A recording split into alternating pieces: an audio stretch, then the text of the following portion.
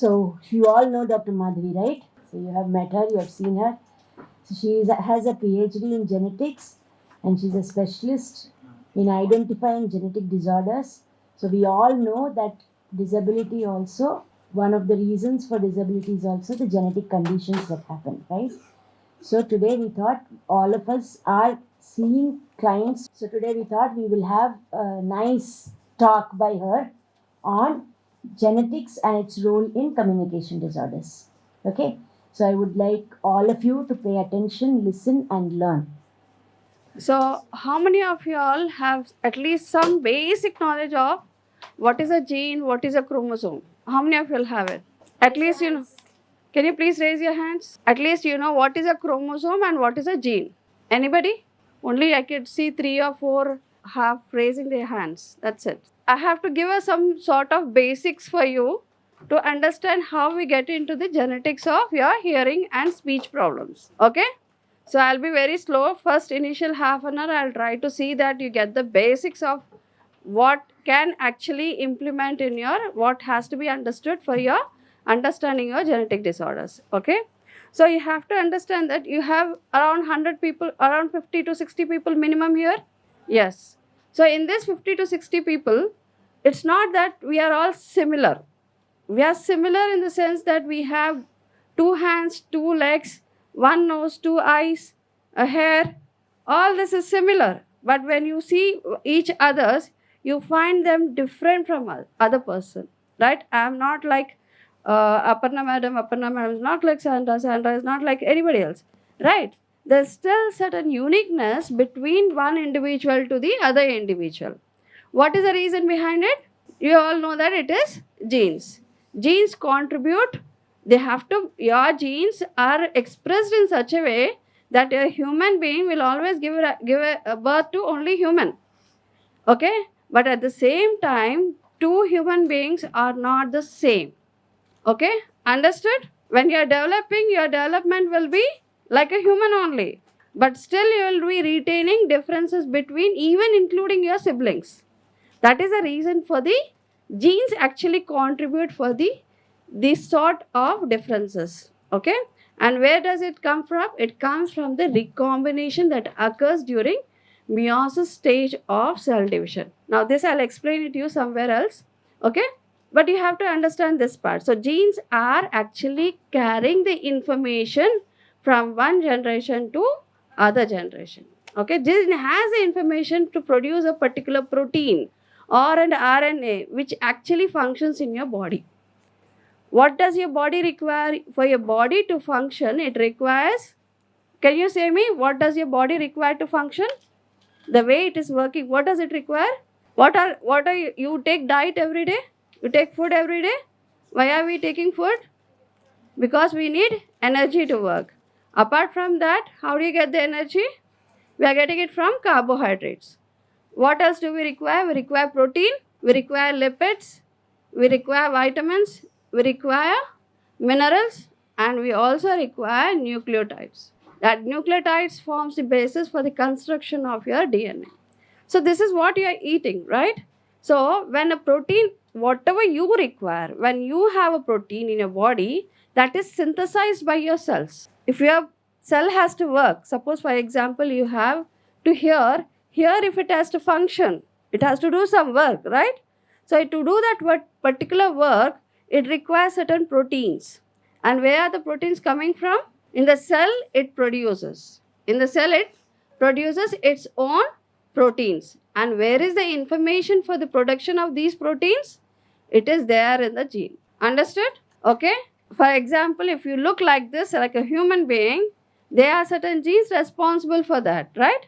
And how is that gene? Where is the gene? Gene is there in the chromosome. It is there in the DNA, right?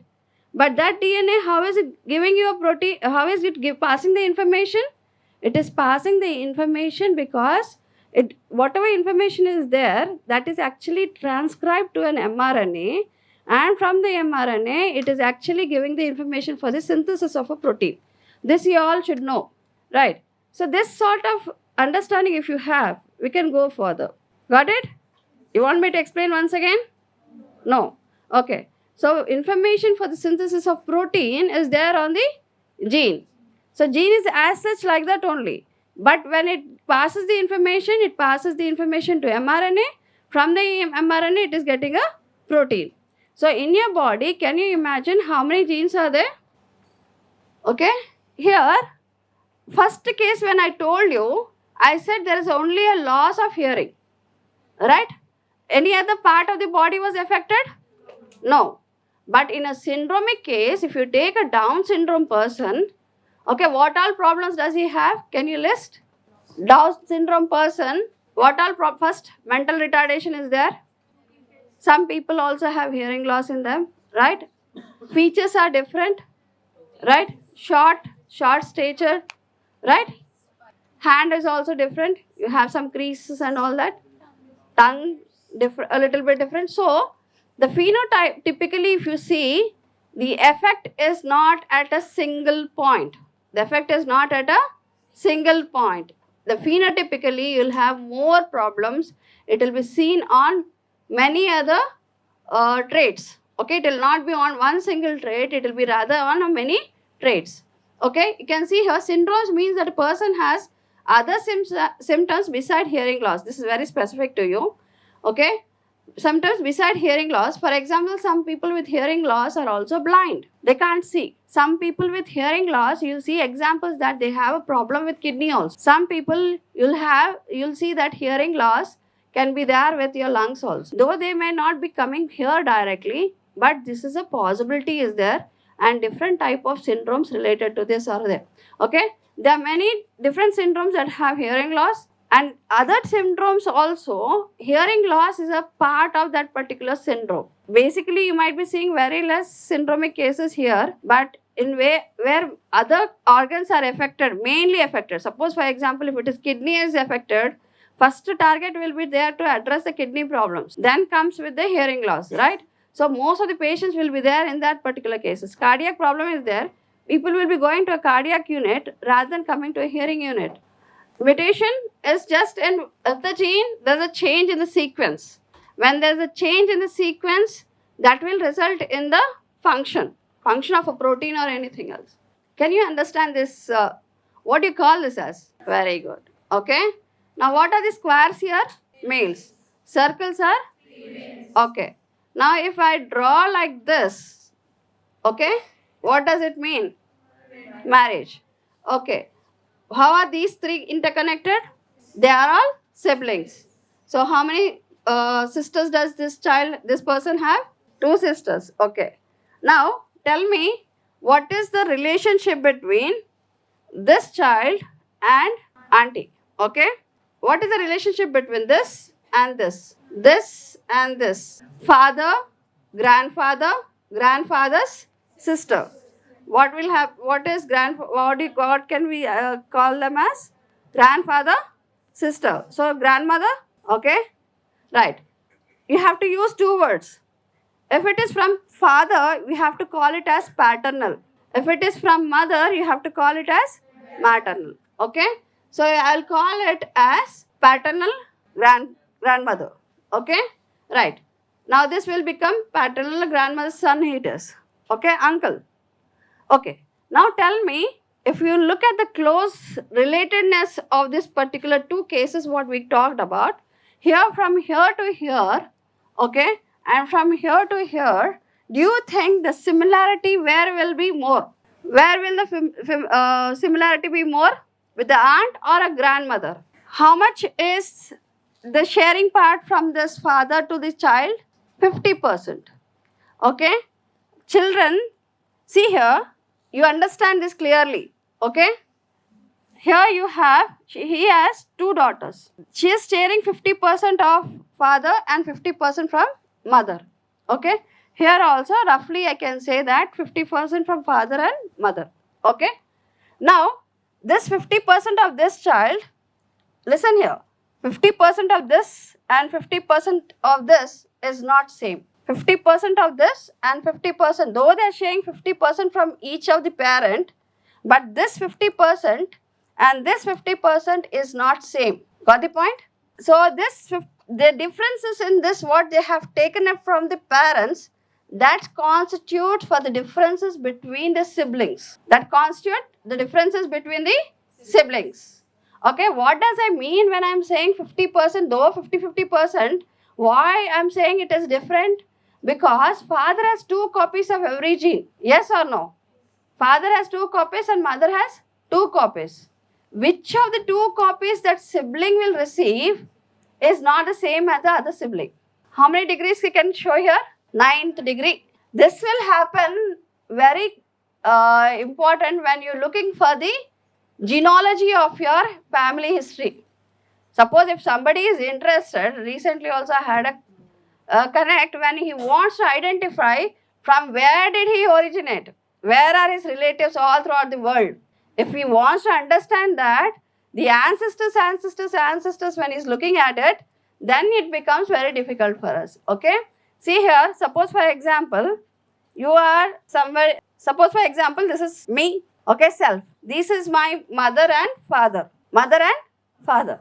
Okay, I have siblings. Okay, this is my brother and sister and this is different case. Okay, but this can also happen. This can also happen. Okay, if this is happening, the genetic proportion between similarity will be different. Father is same, but mother is not. Okay, so if you have a sibling like this, the proportion what I calculate for half brother or half sister will be different. Now, when all this is necessary when we have to counsel the patient and we have to see the degree of similarity between them. Based on that only you can predict your risk. Okay, so here I am there, my brother, if I am there, I can say first degree relative. First degree relative. But this is only half brother, half sister. So this will not be equivalent to as my own brother and sister. There will be a difference. Okay. So now if you see, I can have my daughters and sons. Again from then I can have my granddaughter to 3rd generation. Same way I can climb up 1, 2, 3. Okay. So if you go up or you go down, the similarity will decrease. Got understood this? Okay. So you can see here, you may have a case where your grandmother is there, grandmother's other siblings, first cousin, second cousin, once removed means is just talking about second cousins, next generation and next generation. Okay, understood? This is the usual picture you can get. I think I have only gone up to, I could draw up to great grandmother. I could draw at this level, great grandfather, great grandmother, till here I had so many generations, 1, 2, 3, 4, 5, 6. So I could get around 200 family members in that particular pedigree. Okay. So you should have that patience to take the pedigree, because there may be very rare traits that will not be frequently expressed. If you have a picture of a bigger family, there's a possibility of coming to some basic understanding about the trait. So you should know how to draw the pedigree. Okay. So 9th degree means where did he go to 9th degree? Light pink color, where did he find? Here. So 9th degree also we can calculate, but definitely certain percentage of similarity, very little. Okay. We said variations are possible, large scale variations. When I was talking about chromosomal, when we have taken an example of Down syndrome. Down syndrome is an example where number of chromosomes, total complete picture, chromosome is more. One extra chromosome is there. But apart from that, at the chromosomal level, there's other way around where it can give syndromes, where the structure of the chromosome is actually getting affected. Okay? When you talk about the structure of the chromosome, how can result is, you can see here, it is amplification. Amplification, deletion, translocation, interstitial deletions, inversion, loss of heterozygosity, all different problems are the reasons for large scale changes. Okay? Large scale means where, suppose for example, if you see this is a representation of a chromosome. This is a representation of a chromosome. Okay? What is this dark and light bands here? What is that dark and light bands there? Why I can make completely this chromosome? Why did he put this as red color? Why is he giving some lightish shade here and darkish shade here? Why is he not putting all completely black there? Here, the entire chromosome is not the same. Entire chromosome is not the same. you have regions in the chromosome which we can differentiate it as euchromatin and heterochromatin. How are we differentiating the regions in the chromosome? Euchromatin and heterochromatin.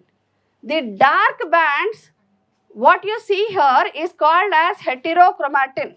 What you see there is heterochromatin. This light is euchromatin. Now what you have to understand is all the genes which I was talking about, actually most of them lie in this light bands. Okay?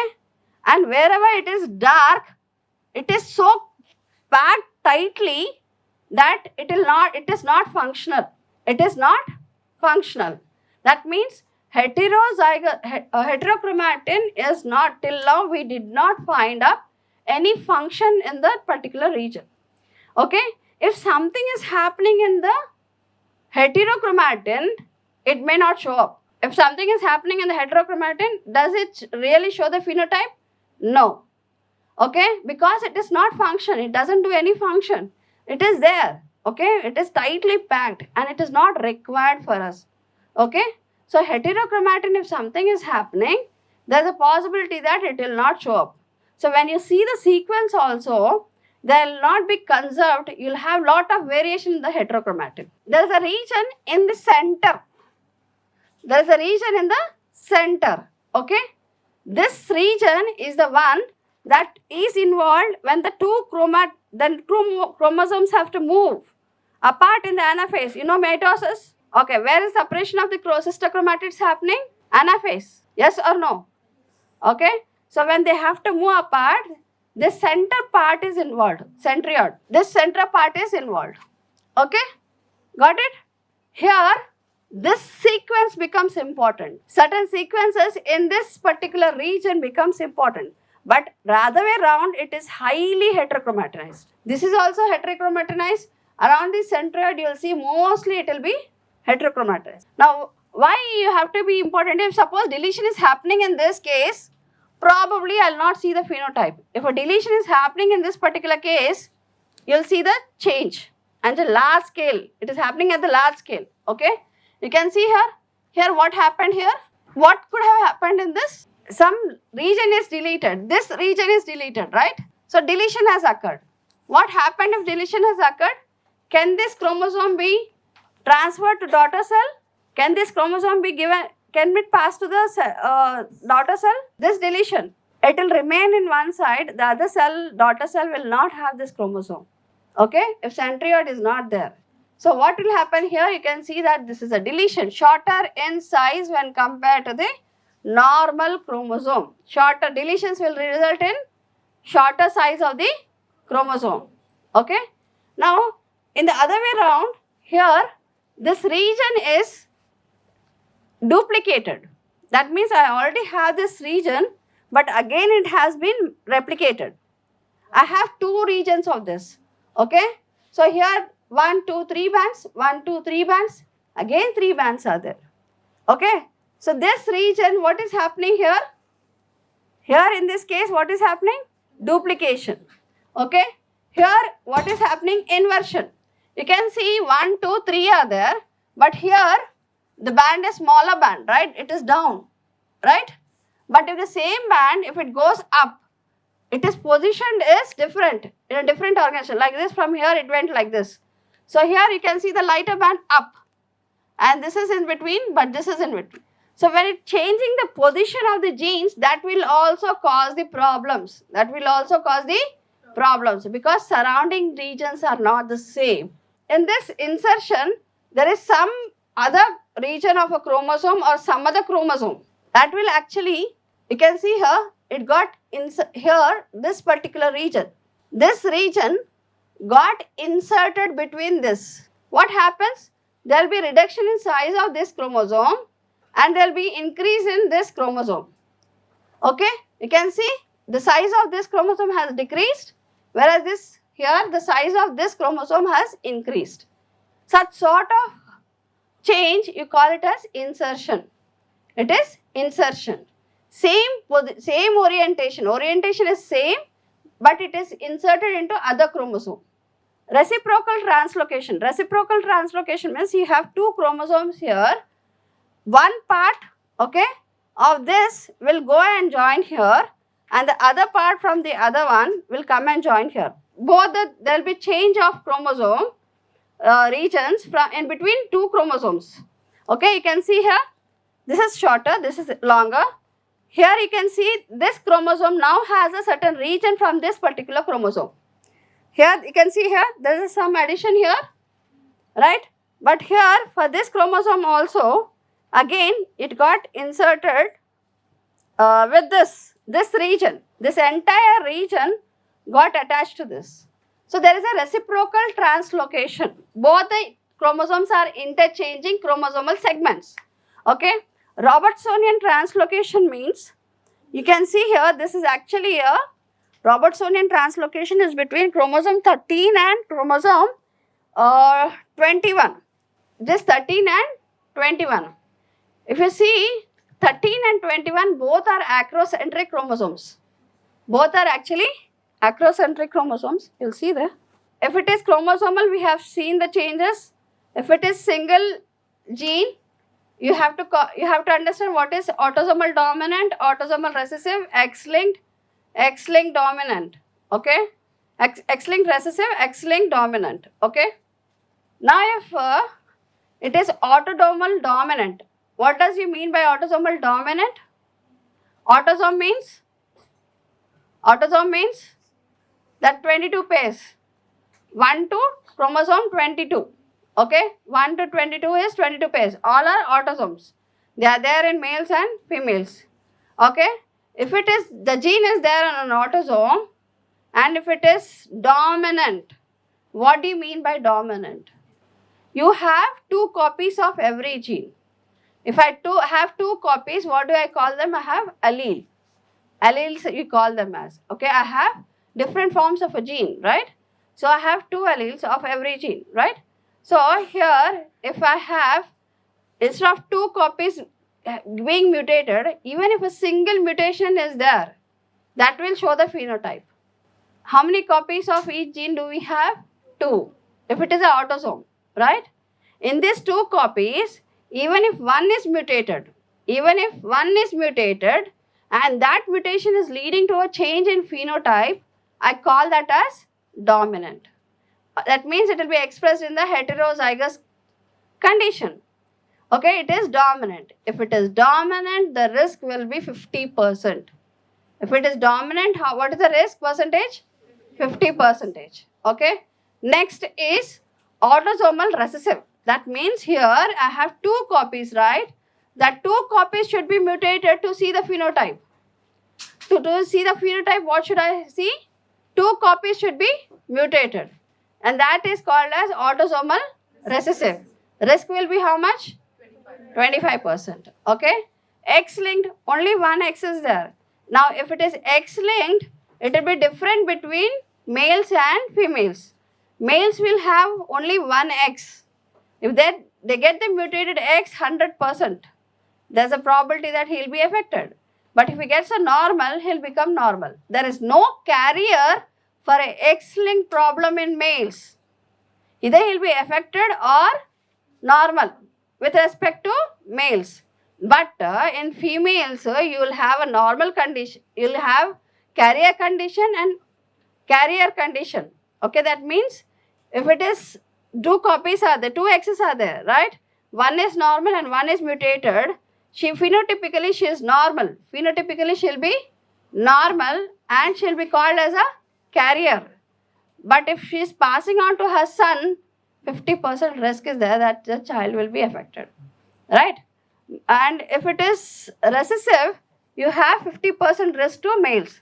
If it is dominant, the trait is dominant, that means mother is affected. First you'll see that mother is affected, and then for her children, 50% risk to males and 50% to females.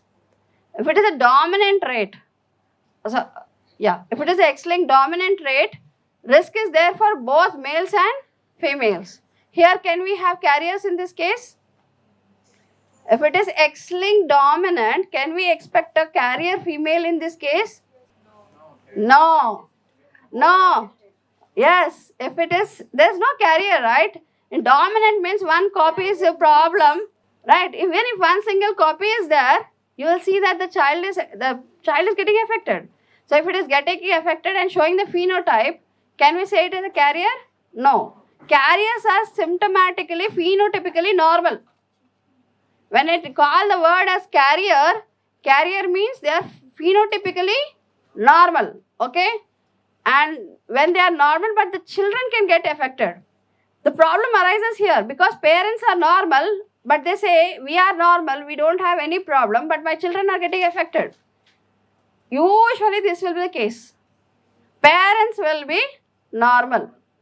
Because they are normal, they usually don't suspect the children to have any problem. Okay? You have to also understand the word consanguinity here. Consanguinity means marriages within the family. When that is happening, the chance of the same mutation happening in the between the two individuals is very high. That will increase the risk. Okay? You understand this, right? This is an autosomal inheritance, and that is autosomal recessive, and that is autosomal dominant. In autosomal dominant, you can see that if it is autosomal dominant, okay, here father is affected. Deaf father. Dominant is there. Autosomal. Okay, that means he'll have one copy mutated. One copy is mutated, right? You can see here. This is normal. This is mutated gene. This chromosome has a mutated gene. Okay? Now this goes, the probability, you should know how to calculate, right? This is suppose, for example, in gametes, you have only haplotypic condition. Only 23 chromosomes will be there in the gametes, right? In this particular gamete, it can take this particular gametes, okay, he is already given the phenotype. In gametes, if this is going, this chromosome goes, this will not come in. Okay? So, in the same way, this way also, here also, in gametes, only one single chromosome will go. Ova, sperm, you get the combination. There's a combination of from this, if he's getting this from the father, he'll get a normal copy from the mother. Okay? So, what did you have here? Suppose, for example, if it is a daughter, deaf daughter. Why deaf daughter? Dominant. Single copy also, it will create a problem. And here, again this is going to the son. The son also will have problem. Deaf son. But here, in this case, when they have normal chromosomes, is there any chance of getting a problem? No. So, what is the ratio here? You will get 50% affected and 50% normal. What is the risk here? 50% normal, 50% affected. Whether it is a male or female, no difference. Male or female, no difference. Okay? Here, it can be any child. Okay? That will not change. Already first child normal affected हो गया, next child के लिए risk बदलेगा नहीं बदलेगा. Second pregnancy also will have the same risk percentage. Okay? If the first child, this is what you have to convince the patient. If already first child is, I said in this case autosomal dominant, father is already deaf, and the children will hold 50% risk. 50% risk, either a male or a female. But first child ho gaya, second child, if you think that the second child will have a lessened the risk, that will not happen. In second case also the risk is same. That's the reason people land up with 2 or multiple number of problem children in this. Okay? Got it? So here, in recessive condition, the risk is only 25% because this condition should arise. Here, mother is having one mutated copy and father is having one mutated copy. Okay? So, in this case, if a child has to be affected, these two have to be there. Then only you can have the problem. Here you can see one is normal is there. One normal copy is there. So, it will function. It will do the function. So, father is not affected. Mother is also not affected. Okay? But here, this is a normal, 100% normal case. There will not be any problem here. Okay? And there is no children of this particular person also will not be affected. But here, they are carriers. Whether it is a male or a female, they'll be a carrier. And 100% definitely again same situation, children again they'll carry out with this 25%, 50% and 25%. That means 25% normal, 50% carriers and 25% affected for this particular children. But here they are affected. They are affected. So now you can see a deaf child like this. Usually your cases will land up like this. This is the most common scenario in our institute. Okay, father, mother normal and children getting affected because they were heterozygous for that particular problem. Got it? So here if this child is there, can you expect what will happen to their children? Can I expect the children of this father, provided the spouse of this person is normal?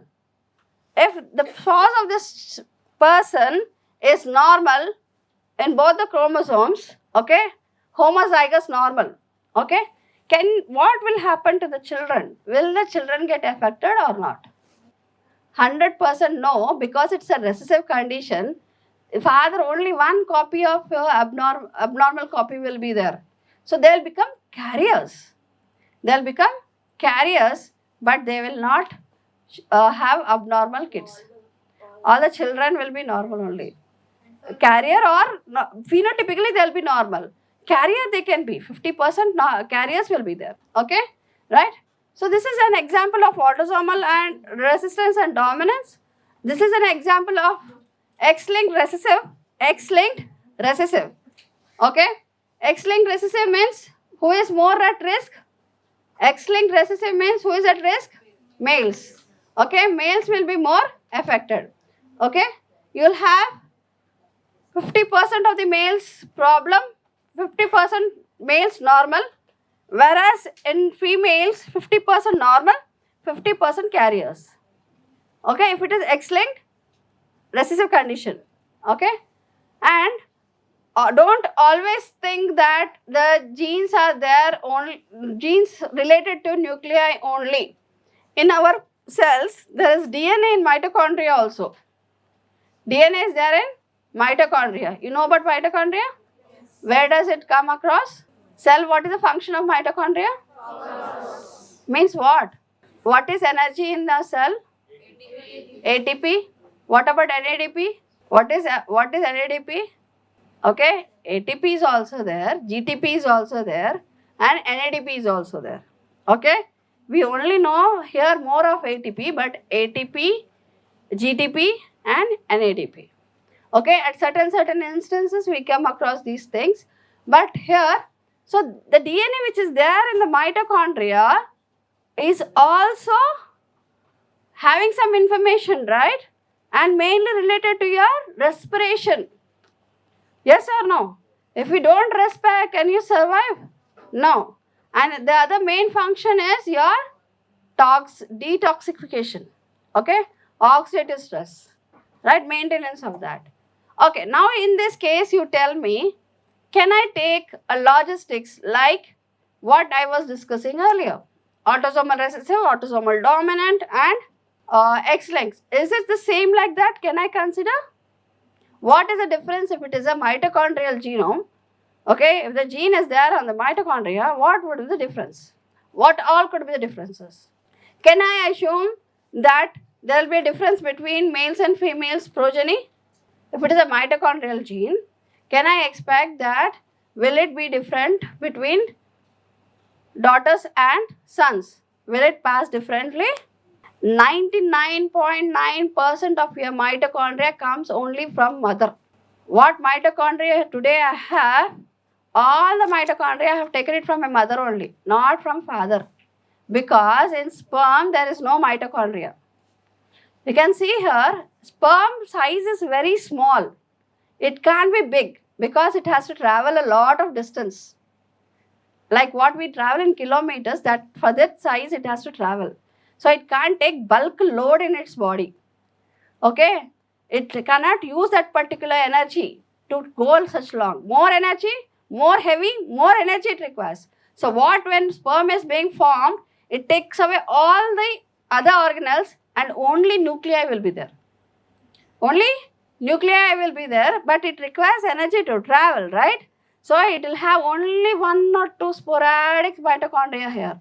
So only one, you can see a little bit, but all the mitochondria is there in the ova. Okay, so where I am getting the mitochondria from? Mother. Okay, and this mother can equally distribute it to her daughter and son. And remember, mitochondrial diseases will be lot of problem because here not single one mitochondria is there. Many mitochondria are there. In that many mitochondria, few may be normal, others may be affected, others may be aberrated. Got it? So you should also focus that it can be a mitochondrial problem also. Not only on the nucleus, you should also focus on the mitochondria. De novo mutations. There's other case also, what we can call it as de novo mutations.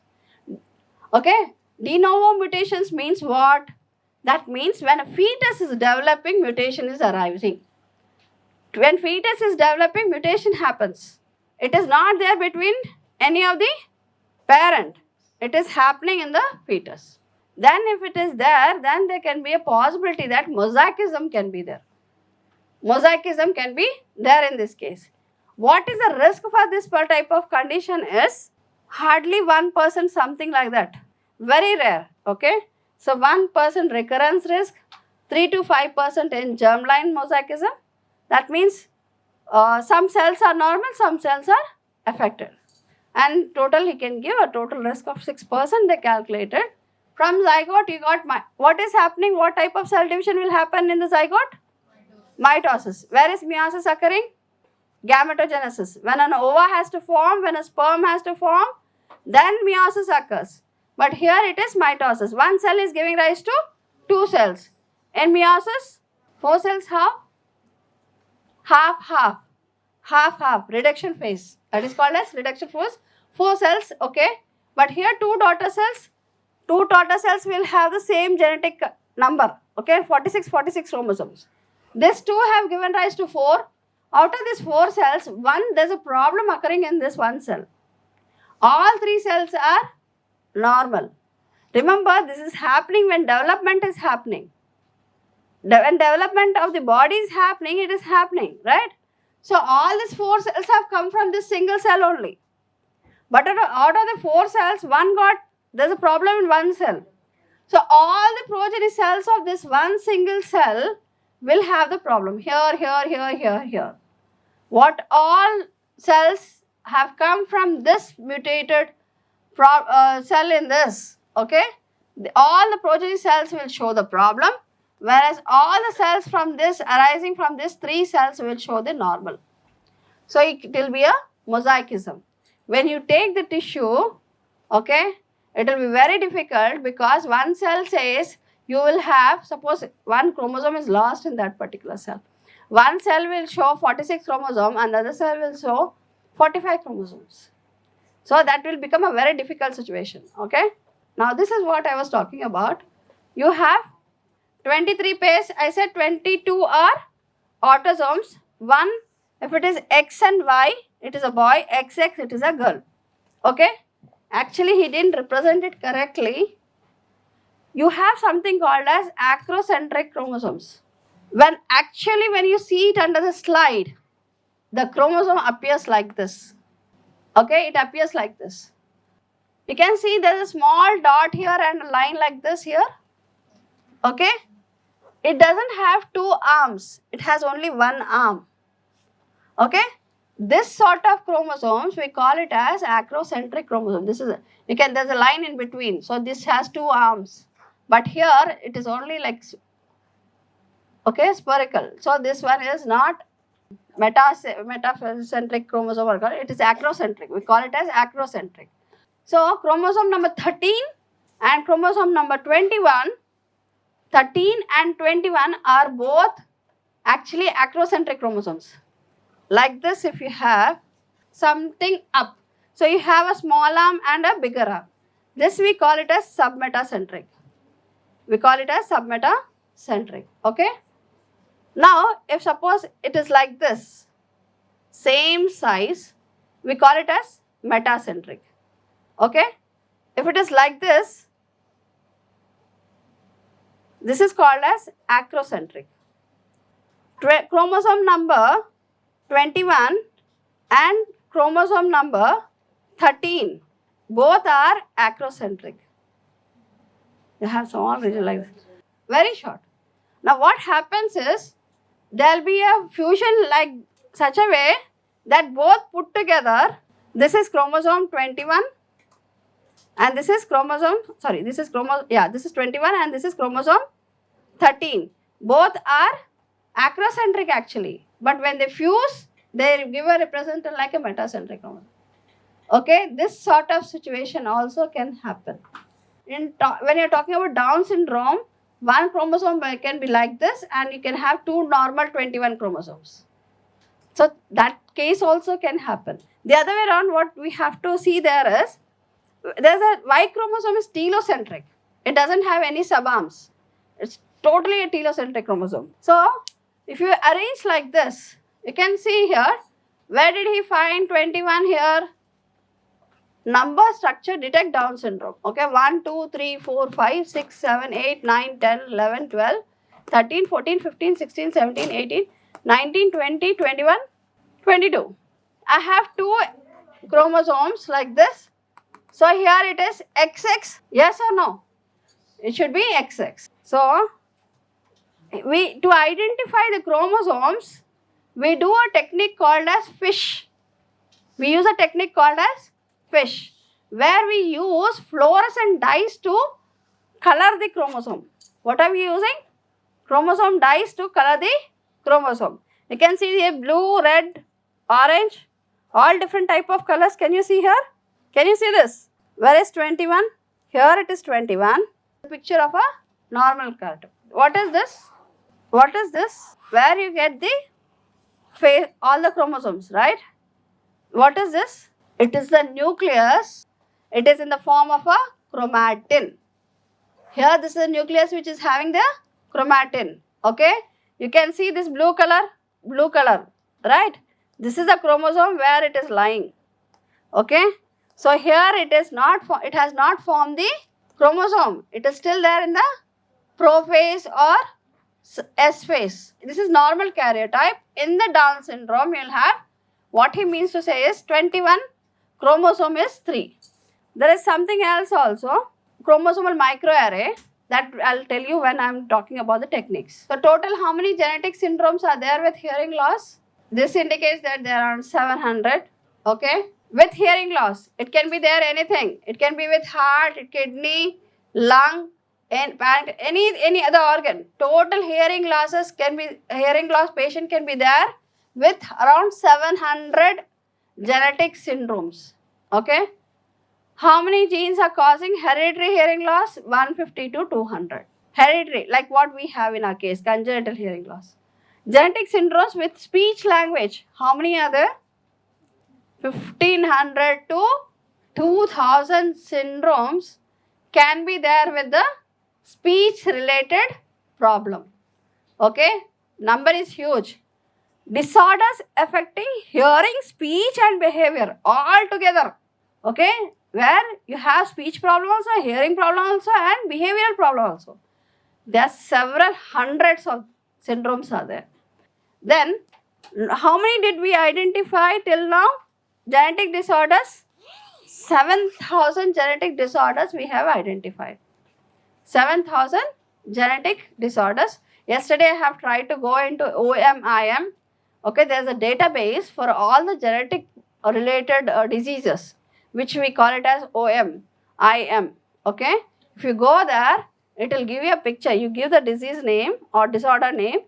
It will give the total details till now, whatever data has been published on that particular disease or syndrome. I'll show you if time permits. Now coming to this, out of this 1500 to 2000 genes which are affecting the speech, what are the main genes till now we have identified? The genes which we are identified as FOXP2, CNTNAP2, SHANK3, DYRKI1, 1A, SETD, 1B, DOX, 3X. All are different genes. But what are one gene and what are they linked to? Genetic syndromes. I am saying it is a gene. But I am saying what is the result? Syndrome. I am not saying it is a simple genetic mutation or a disease. What am I calling? It's not a disease or syndrome. Means what? Phenotype is seen on many places, many traits. How can this be possible? Why a mutation in one single gene can give you a syndrome? Till now I was discussing about chromosomal aberrations. I said if there is a chromosomal aberration, that will be causing the problem. You will usually get a syndrome. Chromosomal aberration to syndrome ही होना चाहिए. Because that genes, many genes are there in that region, right? So there is a problem with many genes. But here I am saying only one single gene can give you a genetic syndrome also. If you get the answer, let me know. Or else at the last you can discuss. Major syndrome, hearing loss disorders. Hearing and eye is affected. What are the syndromes? Usher's syndrome, Nuri, Stickler, Marshall. Kidney and hearing disorders. Kidney and hearing is affected. Alport, broncho-otorhinal syndrome. Broncho-otorhinal syndrome. Okay. Pigmentation and hearing disorders. Waardenburg syndrome. Any example known case of Waardenburg? Any known case of Waardenburg? Did you ever see a Waardenburg syndrome child? They have peculiar hair here, ring hair. Rett syndrome, endocrine, hormonals, right? What do you have? Pendred syndrome. All this you should know. Pendred syndrome, Perrault syndrome. Craniofacial and hearing. Treacher's-Collins syndrome, Charge syndrome, Goldenhar syndrome. Neurological behavior with hearing impairment. Magen syndrome. Here there is a deletion of this particular place. 22q11. Is it 22 a autosome or a sex chromosome? Autosome. Okay. So 22q means what? Long arm. Q means long arm. I showed you on the chromosome there are bands, right?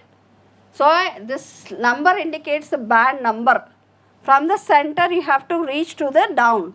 So from the center this is the 11th band. In this band again you have subbands. So that subband is 0.2. You understood the nomenclature? Okay, 22q11.2. Okay, that means it is there on the 22nd chromosome. Q means long arm. 11 means 11th band from the centrosome. Second subband is there. There is a deletion. If that is a deletion is occurring, then also you have what sort of syndrome you have? Features you see, neurological, behavioral and hearing involvement. All that are there. Okay, Phelan-McDermid syndrome, Kabuki syndrome, cardiac. Cardiac is, you have Jervell and Lange-Nielsen syndrome. And skeleton disorders with hearing loss, osteogenesis imperfecta, Neil-Patella syndrome. Can you understand how many different ways the person or the child can be coming to your clinic? I told you Usher syndrome, right? What are the genes involved? These specific syndrome, specific genes. Okay? Alport syndrome, call 4A35. Okay? Broncho-otorhinal. Broncho-otorhinal, where did it come across? Where did we come across this syndrome? What is affected in broncho-otorhinal syndrome? Kidney. Renal is there, right? Kidney. Okay? So here, all these different syndromes, the genes associated with this and the problem, okay? Hearing problem, what do they have? And speech problem, what do they have? A FOXP2 mutation has occurred. What has happened? FOXP2 mutation has occurred. Can you see how pedigree, what is happening here? Can we trace it? Here, how many are affected? First down generation, 4 are affected. Is there a difference between males and females? How many males are there? 1, 2, 3, 4, 5, 6 males are there. Out of 6, how many are affected? 2 are affected. How many females are there? 1, 2, 3. How many females are affected? 2. Okay. So 2 and 2 males, 2 females. Okay. But this is 2 out of how many instances? 1, 2, 3. Okay. Risk was more for females. And here, any difference between males and females? All are affected. Mother is affected. mother is affected, see that's the reason I told you take a larger pedigree. Here mother is affected and son is also. So how many girls, children, daughters does she have? 1, 2, 3 daughters, 4 daughters. This daughter did not get the problem. Okay, but out of 4 daughters, how many are affected? 3 daughters are affected. Okay, and one son is there, son also got affected. Let's see here, son if is affected, who is getting affected? Daughter is getting affected, but otherwise others are normal. Here daughter is getting affected, daughters and sons all are getting affected. Here daughter is affected, daughter and sons all are getting affected. Here again only sons got affected. Here what will you trace this particular model as? What type of, can I say it is, first of all, is it autosomal or sex chromosome linked? Here Fox molecular network, FOXP2, if it has to show the function in different places it is showing, right? Now how does it show? Because FOXP2 has to interact with SATB2, it will be interacting with SATB1, SOX5, YY1, NR2F1, ZMYM2, FOXP1, FOXP4, TBR1. It is working with so many other proteins to give the function. So if FOXP2 is affected, all the interactions are getting affected? Most probably. It depends upon where exactly the mutation is. Okay? If this FOXP2 is mutated, there is a possibility that its interaction with most of the proteins will get affected. Okay? The other way around, if suppose if these two proteins are working towards a brain function, if this is mutated, it will show effect on all the other proteins. But if this is affected, if this only is affected, still the function can be altered. Both either this or this. Net result, mutation is there in this or mutation is there in this. Either way, the effect will be same or yes or no. Here, this loop is DNA. This is going like this. It takes 1.75 turns around the histone. This blue is there, right? Blue boxes are there, right? Those are histones. Okay? And this black color line is there, right? That is DNA. So DNA is coiled around the histones. Okay? FOXP2. Here, neural maturation. See, it is a pro-neurogenital cell which has to mature to dendrites, axons and all that. If it is having a control at this particular stage, nerves, whether proper functional nerves will be formed or not will be depending on that. Now this is an example of how a report looks like. Okay. Now what is here he has shown us, this is what they have identified. Okay. This is what tester name, this is a name, age, sex, who has referred, test rapid clinical exome sequencing, from where the sample was collected, date kaun sa hai, all that information is given. Okay. How will you understand the report? Okay. You have what, where did they, after doing whole exome sequencing, that means how much they have screened? What did they screen in whole exome sequencing? Exons of all those 19,000 genes. Okay. So here what, where was the mutation identified? Here in LARP7. This is a gene. Okay. This is the number which is given. Okay. We have a site. Okay. NCBI. In that there is a certain number given to this gene. Right. Where is the mutation identified? He is saying 1274 to 1277 there is a deletion of ACAG. There is a deletion of what? From 4 to 74 to 77. How many nucleotides are deleted? 4.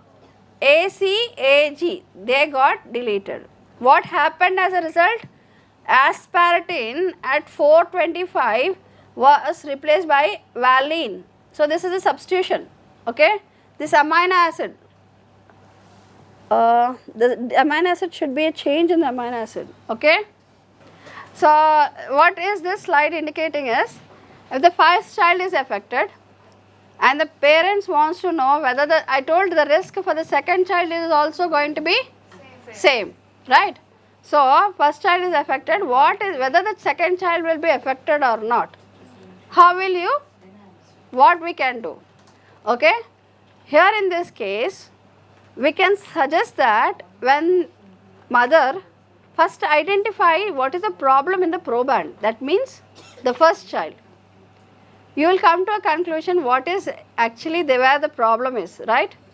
Then after that, when you want to identify whether the fetus is affected or not, when the mother is pregnant at 12th week to 14th week, at 12th week to 14th week, we can go with a process called as amniocentesis, okay, where we take the fluid of the amniotic fluid from the womb, okay, and that will hold certain cells of the fetus, okay, and that from that fetus we isolate the DNA, and we do the testing, same testing they do, okay, and see whether this gene which we have identified in the proband or not, any same gene is there or not. Other way around, they will screen all the 19,000 genes what we discussed, they will screen and identify whether there is a problem with other genes or not. Based upon whatever result they give, okay, they will give you the result. We can actually tell the before the child is born, we can actually tell the mother or parents that whether this child will be affected or not. Got it? Understood? This may look simple when we are talking about congenital hearing loss, but if you talk about that syndromic cases which we have discussed, there it becomes very highly important, right? Okay. So this is how we are going to say that we can go with this particular non-invasive prenatal testing from the mother's blood and all that we can do. Okay. So thank you for patience listening. Okay. Please, if you require